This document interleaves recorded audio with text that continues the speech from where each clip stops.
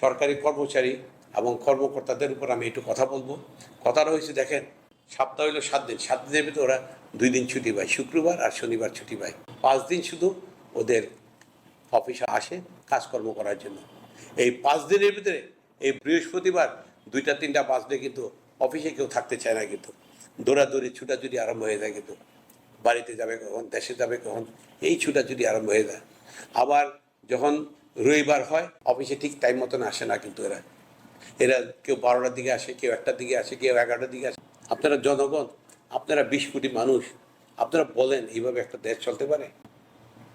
ব্যবসায়ীরা 7 দিনে আপনার এই ব্যবসার সাথে থাকে, রাত 24 ঘন্টা, 168 ঘন্টার মধ্যে 50 ঘন্টা, 40-50 ঘন্টা ব্যবসায়ীরা ঘুমাইতে পারে কিনা আমার সন্দেহ হয়। আমরা ঘুমাইতে পারি কিনা 40-50 ঘন্টা সপ্তাহ, এটাও আমাদের সন্দেহ আছে।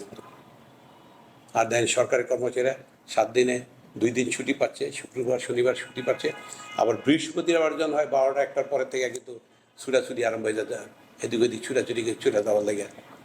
আর যখন রবিবার হয় আসার দিন, তখন এরা কেউ 11টা, কেউ 12টা, কেউ 1টা, কেউ 2টার দিকে আসে, আইসে অফিস করে। তো লাভটা কী হইলো?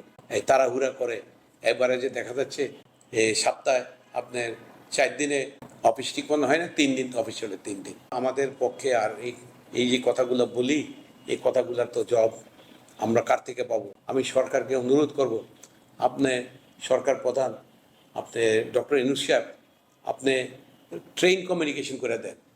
ঢাকা চিটাগাং 2 ঘন্টা যাবে, ঢাকা বগুড়া 2 ঘন্টা যাবে, ঢাকা নর্থ বেঙ্গল 3 ঘন্টা যাবে।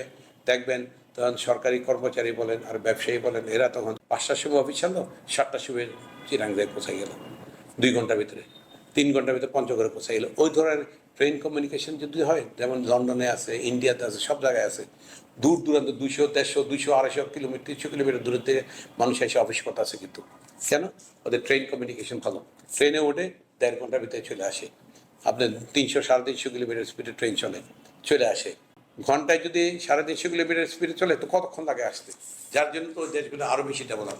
আমাদের উচিত এই দেশে ট্রেন কমিউনিকেশনের উপর নজর দেওয়া উচিত, অন্য কিছু না, শুধু ট্রেন কমিউনিকেশনের উপরে। আমি অনেক কথাবার্তা বলি দেশের জন্য, দেশের মানুষের জন্য। আপনাদেরকে অনেক ধন্যবাদ। খোদা হাফেজ। আসসালামু আলাইকুম। খোদা হাফেজ।